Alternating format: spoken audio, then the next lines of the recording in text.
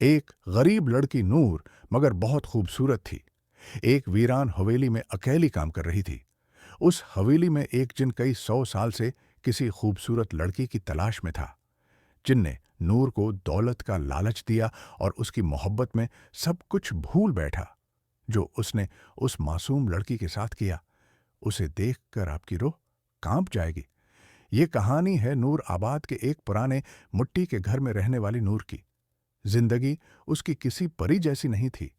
اس کے چہرے پر معصومیت اور آنکھوں میں روشنی تو تھی، مگر حالات نے اس کی مسکراہٹ چھین لی تھی۔ اس کا ہر دن ایک جدوجہد تھا۔ بیمار ماں کی دیکھ بھال، خالی برتن، ٹوٹی ہوئی چھت اور دل میں پلتی امید کی لو۔ نور کی ماں فاطمہ بی بی ایک نیک دل عورت تھی، مگر پچھلے 4 سالوں سے بیمار بستر پر پڑی تھی۔ دوائیوں کے پیسے نہیں اور کوئی قریبی رشتہ دار پاس بھی نہیں آتا تھا۔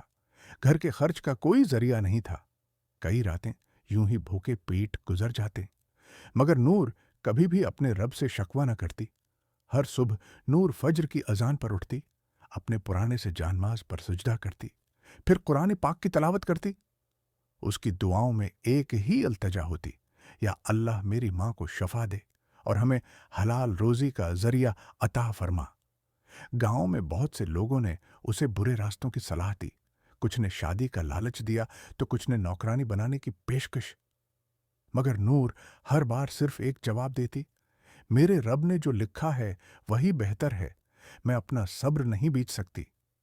پھر ایک دن گاؤں کی ایک بوڑھی عورت نے اسے بتایا کہ جنگل کے کنارے ایک ویران حویلی ہے، جہاں سالوں سے کوئی ٹکتا نہیں، مگر اب مالک لوگ شہر میں ہیں اور وہاں کام کرنے والے کی ضرورت ہے۔ محنت کا اچھا پیسہ ملتا ہے۔ نور نے ماں کی آنکھوں میں جھانک کر دیکھا، کمزوری، درد اور بے بسی۔ اس نے فیصلہ کر لیا، اگر حویلی میں شیطان بھی ہو تو اللہ کے کلمے اور تلاوت کے ساتھ جاؤں گی۔ ماں سے اجازت لی، 2 روٹیاں اور قرآن کی چھوٹی کتاب جھولی میں ڈالی اور نکل پڑی ایک ایسے راستے پر جہاں اس کے صبر اور ایمان کی سب سے بڑی آزمائش ہونے والی تھی۔ جس حویلی کی طرف نور روانہ ہوئی تھی، اس کا نام تھا شمسی حویلی، جو کبھی زمیندار نواب زین العابدین شمسی کی رہائش ہوا کرتی تھی۔ تقریباً 100 سال پہلے یہ حویلی گاؤں کی سب سے عالی شان عمارت تھی۔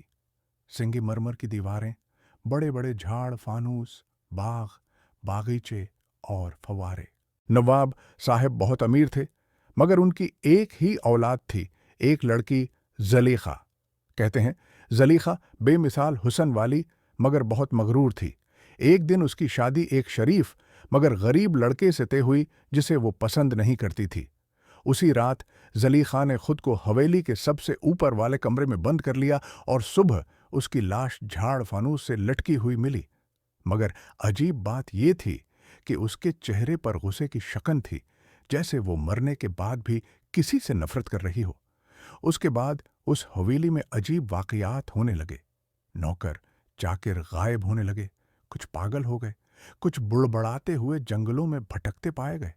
گاؤں کے بزرگ بتاتے ہیں کہ حویلی کی دیواروں میں کسی نے کالے علم کا سہارا لے کر جنات کو قید کیا تھا جو اب آزاد گھومتے ہیں۔ کئی لوگوں نے دعوی کیا کہ رات کے وقت حویلی سے کسی لڑکی کے رونے کی آوازیں آتی ہیں۔ کچھ نے جھروکوں سے کسی سفید لباس والی عورت کو دیکھنے کی بات کہی۔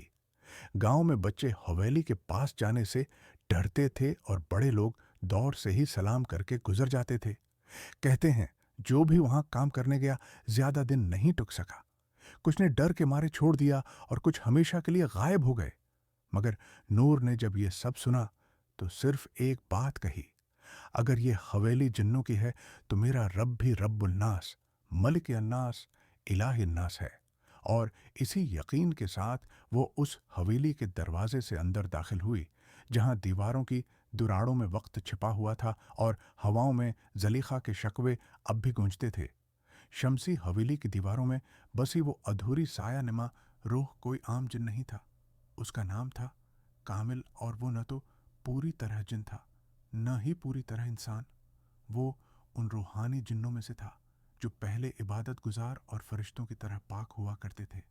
اس کا رشتہ اللہ سے گہرا تھا اور وہ جنت میں داخل ہونے والے جنات کی فہرست میں تھا،